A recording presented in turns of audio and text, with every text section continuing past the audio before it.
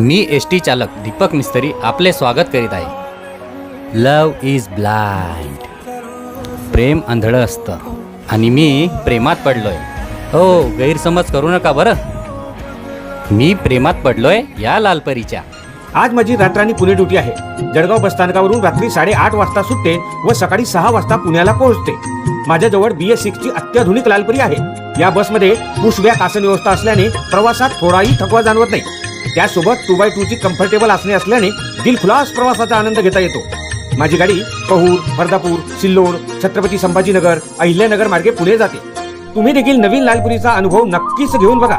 आई शपथ सांगतो, तुमचा आनंद द्विगुणित झाल्याशिवाय राहणार नाही. चला तर मग लालपरीच्या प्रवासाचा आनंद घ्या.